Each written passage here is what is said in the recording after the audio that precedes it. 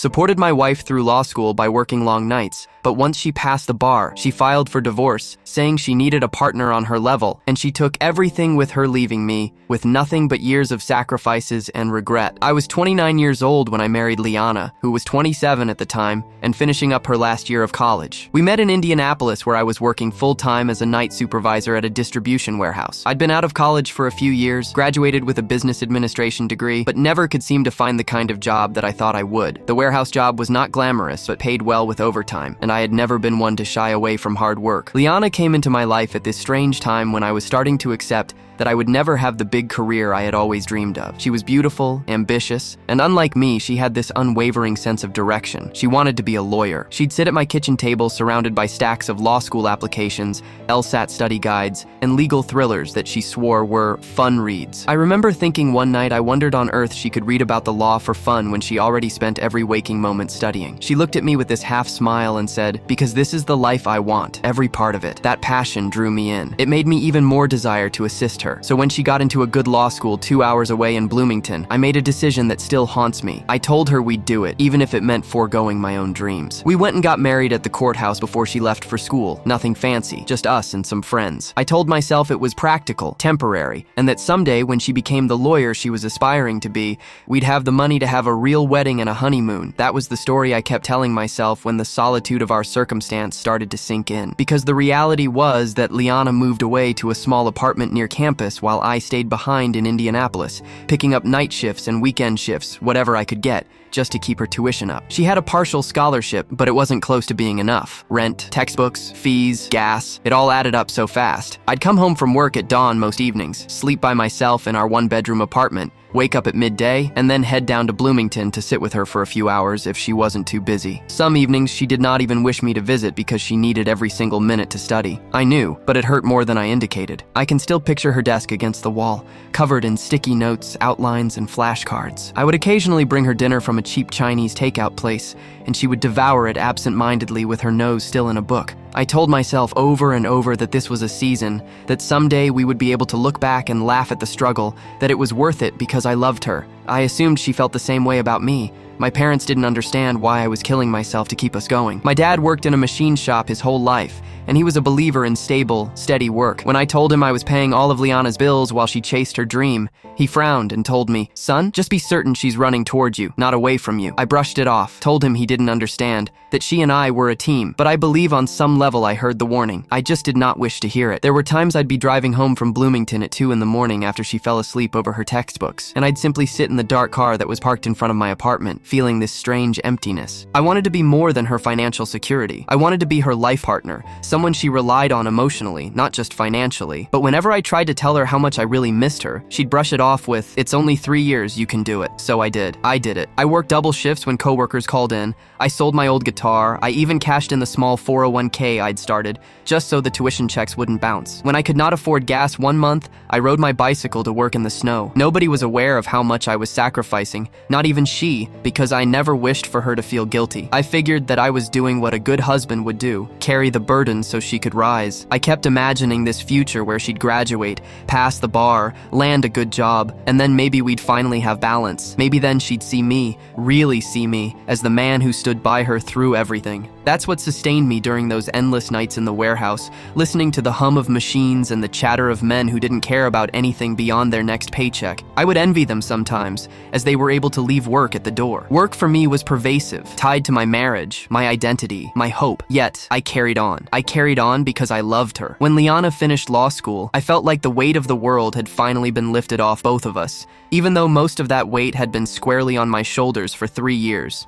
I was 32 by then, and she was 30. We partied at this bar near campus, nothing fancy because we were still up to our necks in debt, but she shone that night. She had on this navy dress I'd saved up to buy her, and all her friends were fluttering around her, congratulating her, telling her how amazing it was that she'd gotten through. Some of them even joked about how fortunate she was to have me, how I was the supportive husband of the year. I joked along, but inside I was proud. I thought maybe finally people would consider me as more than the guy who worked nights in a warehouse. Maybe she'd finally regard me as her equal. She studied crazily for the bar exam that summer, and And once again, I gave her room, kept working nights, brought her dinner, and kept my reservations to myself. When the results were in and she passed on her first try, I was the one who held her while she screamed and cried with joy. I thought that moment would bind us at the hip forever. We took a photo together, her with the letter, me grinning like an idiot, and she posted it with the caption, "Couldn't have done this without him." That caption was everything to me, because I believed it was true. She landed her first proper job at a medium-sized company in the city, and just like that, the gears of our lives moved. All of a sudden, she was making more in a single paycheck than I made in a month of overtime. At first, it was like a blessing. We moved into a nicer apartment closer to where she worked. She bought new clothes, got her hair done at these high-end salons, and I said she deserved it all. She'd worked so hard, and I'd promised myself I'd never hold her success against her. But the more her universe expanded, the more mine shrunk. I was still at the warehouse, still slogging through double shifts, still sleeping through the daylight hours, while she was going to networking receptions, dinners, and happy hours with her coworkers. When I'd invite myself along, she'd shake her head and say, "It's just work stuff. You'd be bored." I started to pick up on subtle differences in the way she gazed at me. She would light up when I came through the door, even when I was grimy and exhausted. Now, half the time she did not even look up from her phone. I brought it up one evening, told her I felt like we were growing apart. She let out a sigh and told me, "You knew this was the life I wanted. I don't have time to slow down now just because you're not comfortable." That stung, but I kept quiet. I didn't want to be the insecure husband who was holding his wife back, but the distance grew. She was less at home, more at the firm or out with colleagues. When she was at home, she was exhausted, sometimes snapping at me for small things like leaving dishes in the sink or forgetting to take out the garbage. I did more. I filled in, kept the apartment spotless, cooked dinner, massaged her shoulders when she talked of tension, and the more I gave, the more she withdrew. My mother visited us once while all this was going on, and after Liana had left for work, my mother looked me straight in the eye and said, "She's not looking at you the way a wife should look at her husband." I dismissed it, told her she was imagining, but the words took root in my chest. It was a Friday night about a year into her new job that I stayed up waiting for her. She did not come home until almost 2 in the morning. As she walked through the door, laughing into her phone, she froze when she saw me sitting there. She abruptly hung up and offered some apology about being out with workmates, but her face spoke louder than her words. I did not accuse her of a thing, but that night, awake in bed alongside her as she peacefully slept, I had this gnawing suspicion that everything I had worked for was starting to unravel. And the worst thing was that I had done it for her. All the late nights, all the sacrifices, all the times I said it would be worth it, I started to wonder if I had been lying to myself. I loved her, but I couldn't help but think that she didn't love me anymore in the same way. It was a Tuesday evening, the kind of ordinary day that lets the worst times hit even harder. I was 33 by then, and Liana was 31. She came home from work earlier than usual, carrying a folder that seemed to weigh a ton. I asked her if everything was okay, and she simply looked at me for a moment like she was trying to figure out where to start. My heart sank before she even spoke. "I need to talk to you about something serious," she whispered, barely, like she was afraid of stirring a nightmare. I nodded, trying to keep my voice steady, asking myself whether it was something work-related, maybe a bad client or a promotion. But then she dropped the bombshell. "I think we need a divorce." I stared at her, my mind freezing, my chest tightening. "What? Wait, what are you telling me?" I stammered, my voice shaking. She sighed, as though she had been rehearsing this for weeks. "I love you, I do, but I need someone on my level, somebody who's going to keep up with me in every way, intellectually, professionally, in life. You've provided me with everything I could have possibly needed, but it's not enough now. I need more." I felt like I'd been punched in the gut. Years of sacrifice, sleepless nights I had spent, shifts I had taken on just so I could make sure she could eat and study,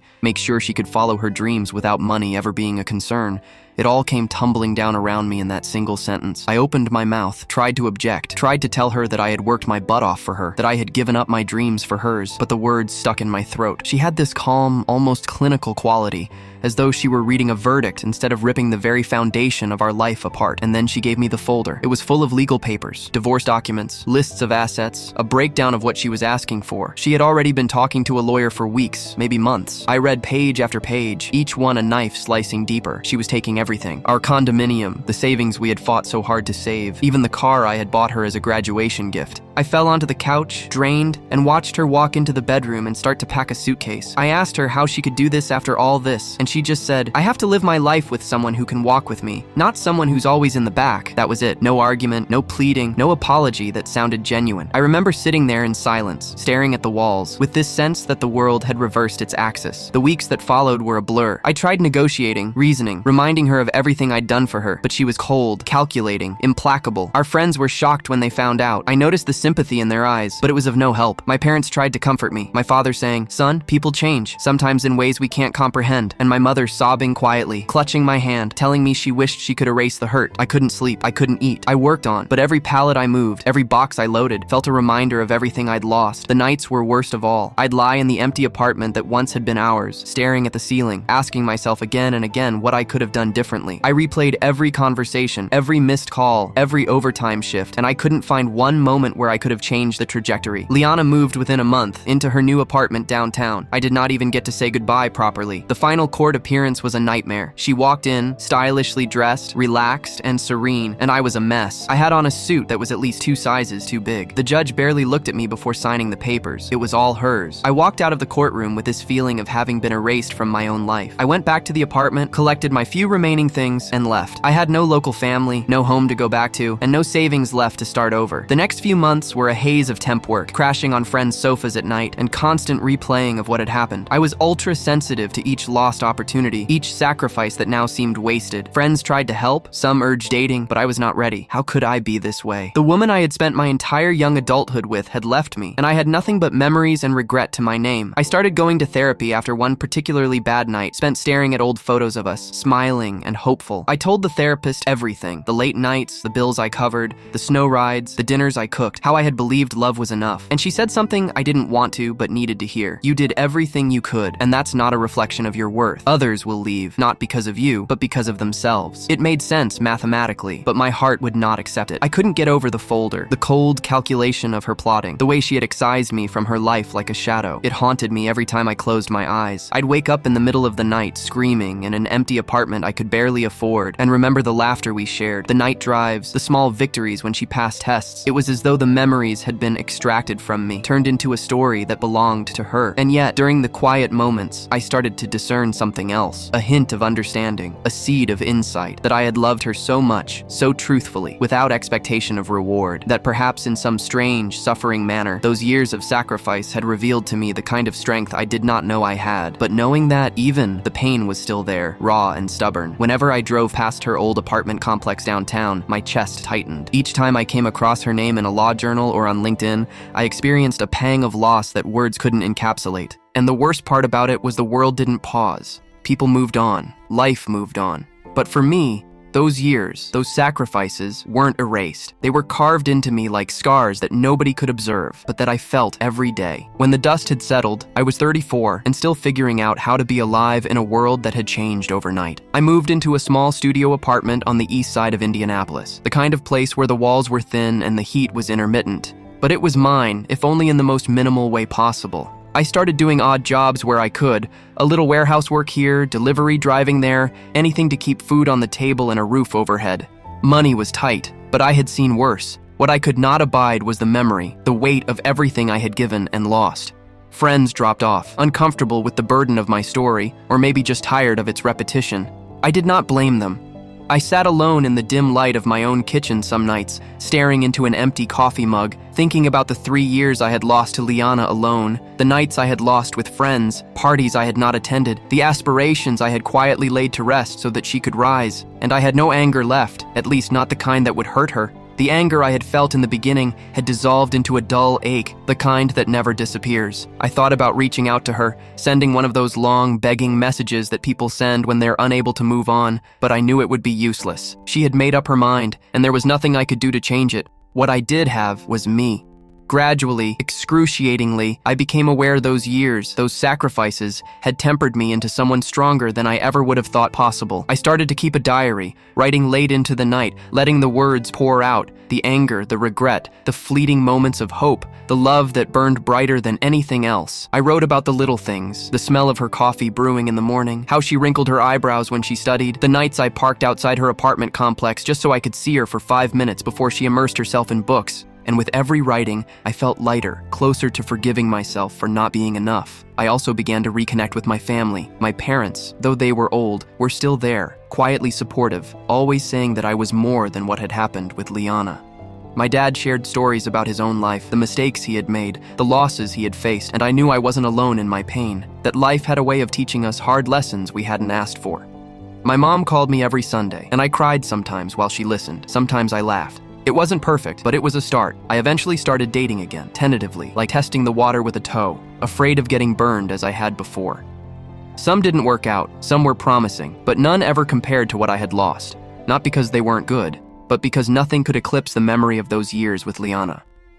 I began to volunteer at a legal aid clinic, helping those who were unable to afford attorneys, the irony of which did not escape me.